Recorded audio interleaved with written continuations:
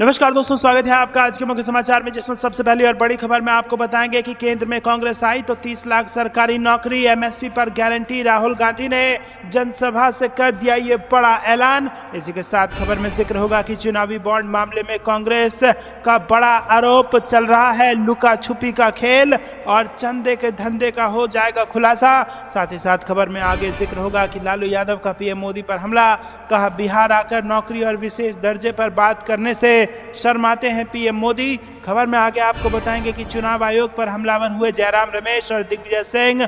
Notice Rahul Gandhi को ही क्यों, PM Modi के खिलाफ क्यों नहीं कहते चुनाव आयोग। और इसी के साथ खबर में आगे जिक्र होगा कि प्रियंका गांधी का बड़ा बयान, कहा उत्तर प्रदेश में जंगल राज, कानून नाम की चीज नहीं बची। दोस्तों, इसी प्रकार की तमाम बड़ी खबरें आपके लिए लेके आए हैं, लेकिन उससे पहले अगर आपको भी ऐसा लगता है कि 2024 में होने जा रहा है बड़ा बदलाव और अगर आप भी इंडिया का समर्थन करते हैं तो वीडियो को कीजिए लाइक और चैनल को सब्सक्राइब करके बेल आइकन दबाकर कमेंट में लिखिए जय हिंद। रुक करते हैं सबसे पहली और बड़ी खबर की तरफ। केंद्र में कांग्रेस आई तो 30 लाख सरकारी नौकरी, एमएसपी पर गारंटी। राहुल गांधी ने जनसभा से कर दिया ये ऐलान। जी हां दोस्तों, आगामी लोकसभा चुनाव में अगर कांग्रेस जीती और केंद्र में सरकार बनी तो 30 लाख सरकारी नौकरी और न्यूनतम समर्थन मूल्य पर गारंटी मिलेगी। कांग्रेस नेता राहुल गांधी ने राजस्थान के बांसवाड़ा जिले में एक जनसभा को संबोधित करते हुए यह ऐलान किया है। इतना ही नहीं, युवा न्याय का जिक्र करते हुए पहली नौकरी पक्की, पेपर लीक से मुक्ति, गिग इकोनॉमी में सामाजिक सुरक्षा और युवा रोशनी जैसे 4 और वादे भी किए हैं। राहुल गांधी ने कहा कि कांग्रेस की सरकार केंद्र में बनते ही 30 लाख सरकारी नौकरियां भरी जाएंगी और 1 साल के लिए 1 लाख रुपए पर 25 साल से कम डिप्लोमा धारक या कॉलेज ग्रेजुएट का प्लेसमेंट किया जाएगा। करोड़ों युवाओं का भविष्य खराब होने से कांग्रेस रोकेगी और पेपर लीक से मुक्ति के लिए सख्त कानून बनाएगी। गिग वर्कर्स को सामाजिक सुरक्षा की कानूनी गारंटी मिलेगी और देश के सभी जिलों के लिए 5000 करोड़ रुपए का स्टार्टअप के लिए फंड उपलब्ध कराया जाएगा, जिसका 40 साल से कम उम्र के युवा लाभ उठा सकेंगे। दोस्तों, आपको क्या कुछ लगता है कमेंट में जरूर बताइए। वीडियो को लाइक नहीं किया तो लाइक जरूर कीजिएगा। रुक करते हैं ब्रेकिंग न्यूज की तरफ। चुनावी बॉन्ड मामले में कांग्रेस का बड़ा आरोप चल रहा है, लुका छुपी का खेल। जी हां दोस्तों, कांग्रेस ने भारतीय स्टेट बैंक द्वारा चुनावी बॉन्ड का ब्यौरा देने के लिए उच्चतम न्यायालय से और समय की मांग किए जाने को लेकर बृहस्पतिवार को आरोप लगाया कि न्यू इंडिया में लुका छुपी का खेल चल रहा है, जिसमें देश ढूंढ रहा है तथा प्रधानमंत्री नरेंद्र मोदी छिप रहे हैं। पार्टी महासचिव जयराम रमेश ने यह दावा भी किया कि ना खाऊंगा ना खाने दूंगा की बात करने वाले प्रधानमंत्री अब ना बताऊंगा ना दिखाऊंगा पर अड़े हुए हैं। एसबीआई ने 4 मार्च को शीर्ष अदालत से अनुरोध किया था कि चुनावी बॉन्ड का ब्यौरा देने के लिए समय 30 जून तक बढ़ाया जाए। जहां दोस्तों, प्रधानमंत्री जोश में कहते थे ना खाऊंगा ना खाने दूंगा, लेकिन अब यहां पर जयराम रमेश ने आरोप लगाया है कि अब प्रधानमंत्री कह रहे हैं कि ना बताऊंगा ना दिखाऊंगा। जी हां दोस्तों, यहां पर सुप्रीम कोर्ट ने बड़ा आदेश दिया था, चुनावी बॉन्ड को लेकर असंवैधानिक घोषित कर दिया था चुनावी बॉन्ड को, और इसी के साथ कहा था एसबीआई को कि चुनाव आयोग को यह बताया जाए कि किसने किसको कितना चंदा दिया है और चुनाव आयोग इसे पब्लिक डोमेन में रखे। जी हां दोस्तों, जनता का ये जानने का अधिकार है कि आंख मूंद कर जिस पर वो भरोसा कर रही है उसको चंदा कहां से आ रहा है और क्या चंदा लेने के एवज में उससे कोई सरकारी लाभ उसने पाया है। ये सब जानने का जनता को अधिकार है, ताकि जनता चुनाव सही तरीके से कर सके, जनता इन्फॉर्म्ड डिसीजन ले सके और जो चुनाव है वो फ्री एंड फेयर हो सके। तो दोस्तों, क्या आपको भी ऐसा लगता है कि फ्री एंड फेयर इलेक्शन कराने के लिए ये बेहद जरूरी है कि जनता को पता चले कि किसने किसको कितना चंदा दिया और क्या चंदा देकर उसने कोई धंधा लिया? कमेंट में अपनी राय जरूर बताइए। वीडियो को लाइक जरूर कीजिएगा। दोस्तों, आपको बता दें कि उन्होंने आरोप लगाया कि एसबीआई की प्रधानमंत्री चंदा छिपा योजना झूठ पर आधारित है और इसी के साथ कांग्रेस नेता का कहना है कि उच्चतम न्यायालय ने एसबीआई से 3 सप्ताह के भीतर चुनावी बॉन्ड देने वालों और प्राप्त करने वालों को विवरण उपलब्ध कराने को कहा था। एसबीआई ने उच्चतम न्यायालय से 30 जून तक का समय मांगा ताकि आगामी लोकसभा चुनाव आसानी से निकल जाए। तो दोस्तों, क्या चुनाव भर ये मामला टालने का प्रयास किया गया है? अपनी राय कमेंट में जरूर बताइएगा। रुक करते हैं अगली ब्रेकिंग न्यूज की तरफ। बिहार आकर नौकरी और विशेष दर्जे पर बात करने से शर्माते हैं पीएम मोदी, लालू यादव ने किया प्रधानमंत्री पर हमला। जी हां दोस्तों, राष्ट्रीय जनता दल के सुप्रीमो लालू यादव ने प्रधानमंत्री नरेंद्र मोदी पर निशाना साधा है और कहा है कि पीएम मोदी जब बिहार आते हैं तो नौकरी, बेरोजगारी, महंगाई, गरीबी और विशेष राज्य के दर्जे जैसे विषयों पर बात करने से शर्माते हैं। वो टेलीप्रॉम्प्टर पर लिखी हुई स्क्रिप्ट पढ़ते हैं। लालू यादव ने कहा कि पीएम मोदी दशकों से रटी रटाई बातें दोहराते हैं और वो ये भी भूल जाते हैं कि बीजेपी 10 साल से केंद्र में और 15 साल से बिहार में सत्ता पर काबिज है। लालू यादव ने बुधवार रात सोशल मीडिया प्लेटफॉर्म एक्स पर पोस्ट कर पीएम मोदी की बेतिया रैली पर ये बातें कही और पीएम मोदी ने बुधवार को बेतिया में जनसभा कर परिवारवाद एवं जंगल राज के मुद्दे पर आरजेडी को घेरा था।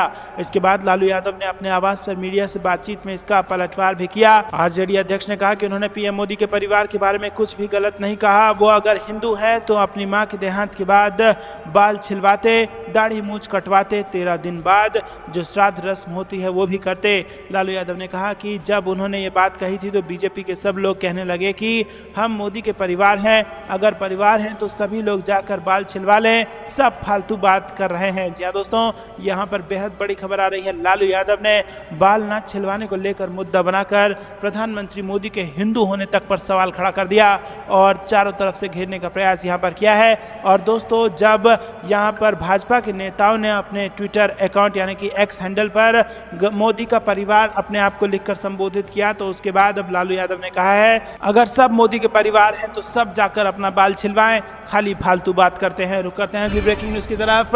नोटिस राहुल गांधी को ही क्यों, पीएम के खिलाफ क्यों नहीं कहते। चुनाव आयोग पर हमलावर हुए जयराम रमेश और दिग्विजय। जी हाँ दोस्तों, आपको बता दें कि यहाँ पर बड़ी खबर आ रही है। कांग्रेस सांसद राहुल गांधी को चुनाव आयोग ने एडवाइजरी जारी की है और इसमें राहुल गांधी को बयानबाजी करने पर अधिक सावधान और सतर्क रहने की सलाह दी गई है। चुनाव आयोग ने प्रधानमंत्री पर की गई बयानबाजी पर दिल्ली हाईकोर्ट के आदेश और राहुल गांधी के जवाब सहित सभी तथ्यों पर विचार करने के बाद कांग्रेस नेता को भविष्य में अधिक सावधान और सतर्क रहने की सलाह दी है। चुनाव आयोग द्वारा दी गई इस एडवाइजरी के बाद कांग्रेस ने चुनाव आयोग को घेरना शुरू कर दिया है और कांग्रेस सांसद जयराम रमेश ने चुनाव आयोग पर निशाना साधते हुए कहा कि पीएम के खिलाफ क्यों नहीं कहते, गृह मंत्री के खिलाफ कुछ क्यों नहीं कहते, ये निष्पक्ष संस्था किसके इशारे पर चल रही है। हिम्मत दिखानी चाहिए और मोदी और अमित शाह को भी नोटिस देना चाहिए, इन्हें भी बोलना चाहिए राहुल गांधी को नोटिस क्यों देते हैं। वहीं कांग्रेस सांसद दिग्विजय सिंह ने भी चुनाव आयोग पर हमला बोलते हुए कहा है कि ये बिल्कुल गलत है, चुनाव आयोग पक्षपात कर रही है। जब मोदी खुलकर कर्नाटक चुनाव में बजरंग बली के नाम पर वोट मांग रहे थे,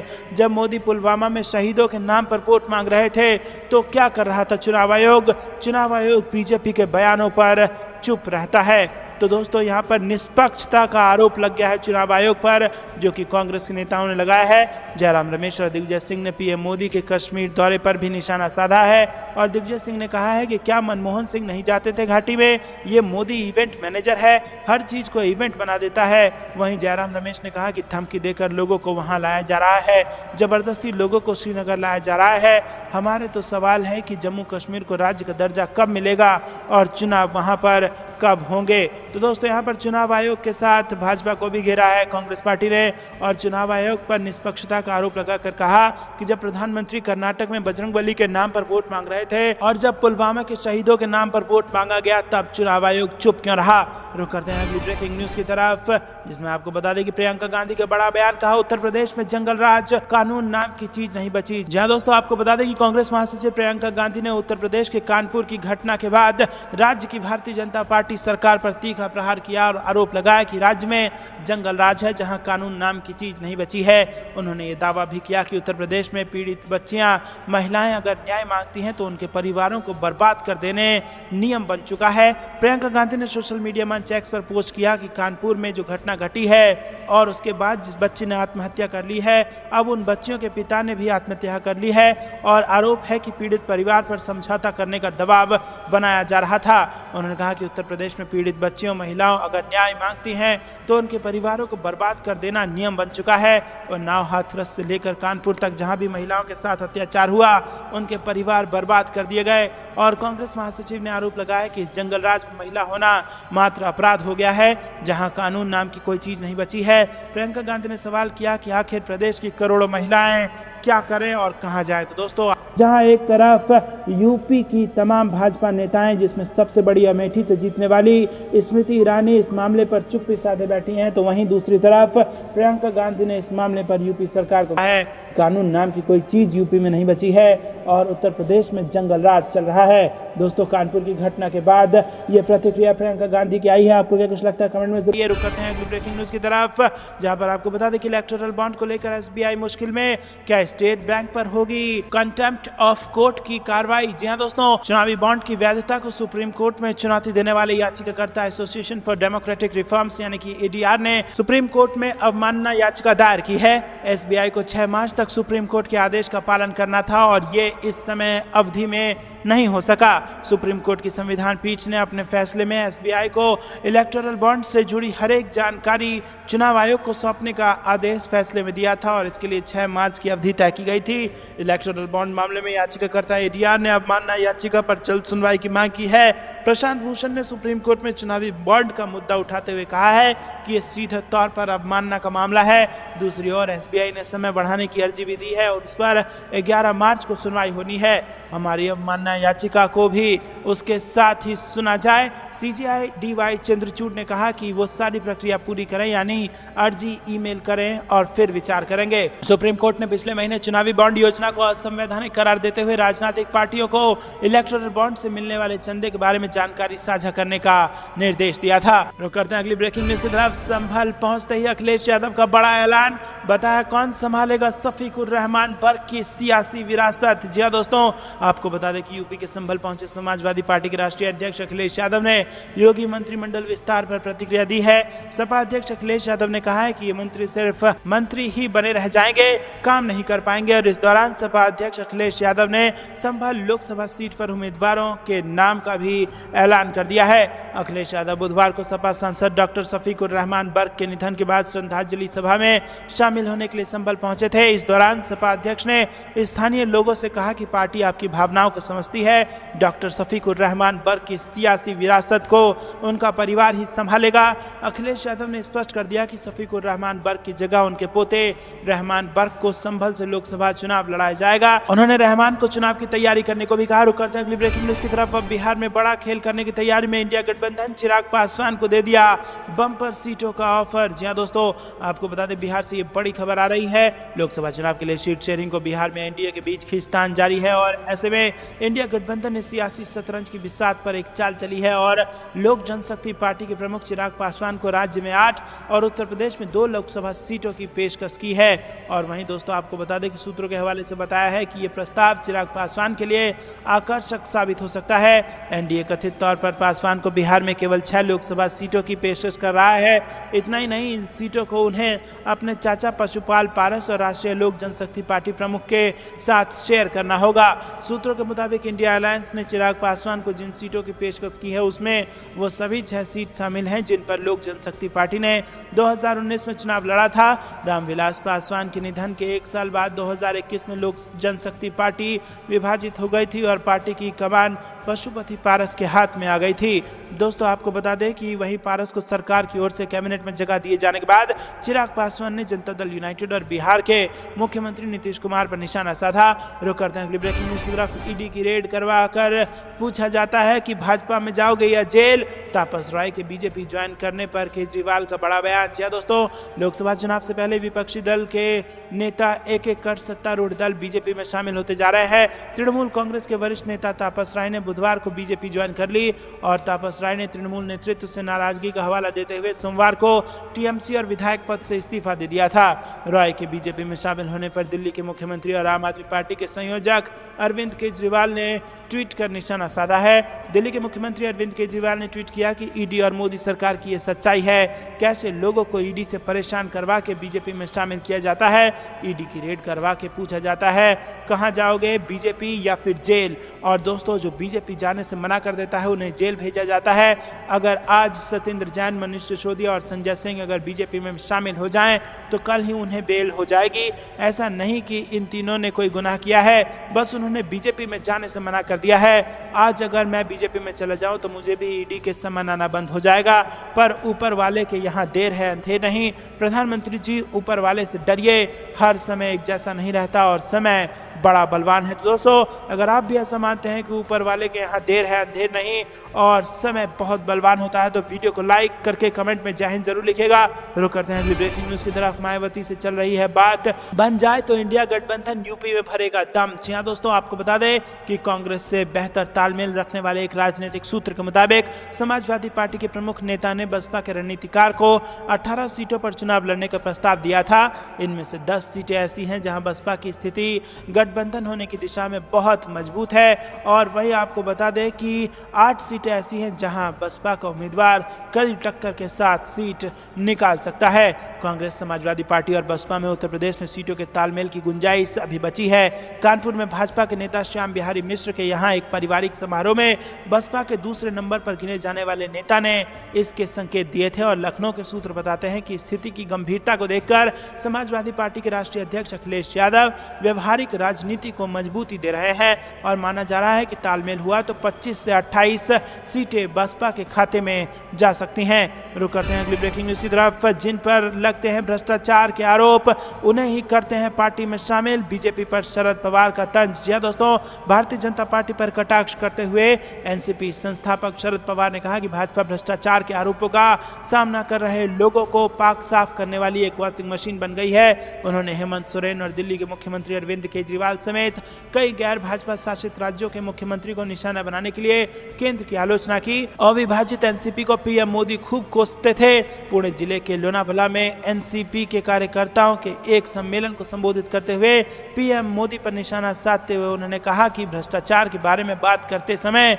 अविभाजित एनसीपी को पीएम मोदी खूब कोसा करते थे, लेकिन अब कुछ और बोल रहे हैं। संसद में सभी को एक पुस्तक दी गई थी जिसमें कहा गया था कि जब भाजपा सत्ता में नहीं थी तो क्या क्या अनियमितताएं हुई। रुक करते हैं ब्रेकिंग न्यूज की तरफ। पाकिस्तान जिंदाबाद का नारा लगाने पर बीजेपी कार्यकर्ता गिरफ्तार, मांड्या में की थी नारेबाजी। जी हां दोस्तों, कर्नाटक से बड़ी खबर आ रही है। कर्नाटक के मांड्या में पुलिस ने विरोध प्रदर्शन के दौरान पाकिस्तान जिंदाबाद का नारा लगाने के आरोप में भारतीय जनता पार्टी के एक कार्यकर्ता को गिरफ्तार किया। मामला दिसंबर 2022 का है और इस शख्स पर आरोप है कि इसने विरोध प्रदर्शन के दौरान पाकिस्तान जिंदाबाद के नारे लगाए थे। मांड्या पश्चिम पुलिस ने उसे सोमवार की रात को हिरासत में लिया था और बाद में उसे गिरफ्तार कर लिया गया। वो भाजपा का कार्यकर्ता भी है। दोस्तों रुक करते हैं अगली ब्रेकिंग न्यूज की तरफ। बिहार में सियासी पारा हाई और दिग्गज नेता ने दे दी मोदी सरकार को चुनौती। जी हां दोस्तों, आपको बता दें कि भाकपा माले के महासचिव दीपांकर भट्टाचार्य ने बुधवार को लोकसभा चुनाव में महिला आरक्षण का लागू करने की चुनौती मोदी सरकार को दी। उन्होंने पत्रकारों से बातचीत में कहा कि यदि प्रधानमंत्री मोदी महिला आरक्षण के प्रति ईमानदार हैं तो लोकसभा चुनाव में महिला आरक्षण लागू करें। और इस अवसर पर माले विधायक दल नेता महबूब आलम और इपवा की महासचिव मीना तिवारी और वरिष्ठ नेता केडी यादव समेत कई सारे नेता मौजूद थे। रुक करते हैं अगली ब्रेकिंग न्यूज की तरफ। इलेक्टोरल बॉन्ड सार्वजनिक नहीं करना, दाल में कुछ काला है, लोकसभा चुनाव लड़ने से इनकार। राजनीतिक चंदा बॉन्ड को सार्वजनिक करने का निर्णय सुनाया था लेकिन बैंक सार्वजनिक नहीं कर रही है। इससे स्पष्ट होता है कि बैंक और मोदी सरकार के बीच साठ-गांठ है और उनको डर है कि सार्वजनिक करने से सारी पोल खुल जाएगी। और पूर्व मंत्री कांग्रेस के भाजपा व एसबीआई बैंक के खिलाफ धरना प्रदर्शन में शामिल होने पहुंचे। रुक करते हैं अगली ब्रेकिंग न्यूज की तरफ। सरकारी कर्मचारियों को पीएम मोदी की रैली में जबरन बुलाया गया, महबूबा और उमर ने लगाए आरोप। जी हां दोस्तों, आपको बता दें कि प्रधानमंत्री नरेंद्र मोदी के कश्मीर दौरे को लेकर जम्मू कश्मीर के पूर्व मुख्यमंत्रियों ने हमला बोला है। उन्होंने आरोप लगाया है कि सरकारी कर्मचारियों के पीएम मोदी के कार्यक्रम में शामिल होने के लिए मजबूर किया गया। पीडीपी अध्यक्ष महबूबा मुफ्ती ने कहा है कि सरकारी कर्मचारियों को शून्य से नीचे तापमान में सुबह 5 बजे बडगाम बस स्टैंड पर वाहनों में भरकर पीएम की रैली में ले जाया जा रहा था। अगली ब्रेकिंग न्यूज की तरफ। यूपी का इस लोकसभा सीट पर बढ़ेगी बीजेपी की मुश्किलें, भाजपा विधायक बेटे ने सीट बंटवारे पर उठाए सवाल। जी हां दोस्तों, आगरा की फतेहपुर सीकरी लोकसभा सीट को लेकर भाजपा विधायक के बेटे के बगावती तेवर नजर आ रहे हैं। फतेहपुर सीकरी लोकसभा सीट से भाजपा ने अपना प्रत्याशी घोषित कर दिया है, जिस पर अब भाजपा विधायक के बेटे ने सवाल खड़े किए हैं। साथ ही वर्तमान सांसद और भाजपा प्रत्याशी की कार्यशैली पर भी सवाल खड़े किए गए हैं और कहा गया है कि मैं जनता के सुख दुख में साथ रहता हूं तो मैं चुनाव क्यों नहीं लड़ सकता। आगरा की फतेहपुर सीकरी लोकसभा सीट से भाजपा ने वर्तमान सांसद राजकुमार चाहर को फिर से भाजपा ने प्रत्याशी बनाया है, जिसको लेकर फतेहपुर सीकरी विधानसभा से भाजपा विधायक चौधरी बाबूलाल के बेटे ने ताल ठोक दी है। दोस्तों रुक करते हैं अगली ब्रेकिंग न्यूज की तरफ। चुनाव से पहले जयंत चौधरी के फैसले से नाराज हुए किसान नेता कहा बिना हमारी सलाह के फैसला लिया। जी दोस्तों, लोकसभा चुनाव से राष्ट्रीय लोक दल के अध्यक्ष जयंत चौधरी इंडिया गठबंधन का साथ छोड़कर एनडीए में शामिल हो गए हैं, जिसे लेकर भारतीय किसान यूनियन के अध्यक्ष नरेश टिकैत ने नाराजगी जताई है। उन्होंने कहा कि जयंत ने जो फैसला लिया है उस पर उनकी सलाह नहीं ली। नरेश टिकैत ने बागपत में पत्रकारों से बात करते हुए आरएलडी के एनडीए के साथ जाने के फैसले पर नाराजगी जाहिर की। उन्होंने कहा कि जयंत चौधरी ने उनसे गठबंधन पर सलाह नहीं ली, बिना हमारी सलाह के ही ये फैसला लिया गया और इसी के साथ आरएलडी का गठबंधन लोगों के गले नहीं उतर रहा है। वहीं दोस्तों, भारतीय किसान यूनियन अध्यक्ष ने बीजेपी पर निशाना साधते हुए उसे बड़ी मछली बताया और कहा कि भाजपा एक चालाक पार्टी है, वो छोटे मोटे दलों को यूं ही निगल जाएगी। जयंत के परिवार से हमारा 3 पीढ़ियों का साथ रहा है, गठबंधन से पहले सलाह लेनी चाहिए थी। नरेश टिकैत ने कहा कि हमें गठबंधन से कोई परहेज नहीं है, लेकिन अगर दोनों दलों का सच्चे दिल से गठबंधन है तो भविष्य में भी ये चलता रहेगा, लेकिन अगर मन में कालापन है तो बीजेपी और आरएलडी का गठबंधन नहीं चल पाएगा। तो दोस्तों, ये थी दिन भर की सारी जरूरी और बड़ी खबरें। तक बने रहने के लिए आप सभी का बहुत बहुत धन्यवाद। चैनल से पहले वीडियो को लाइक और चैनल को सब्सक्राइब करके बेल आइकन दबाकर कमेंट में लिखिए जय हिंद। अभी के लिए इतना ही। जय हिंद, जय भारत।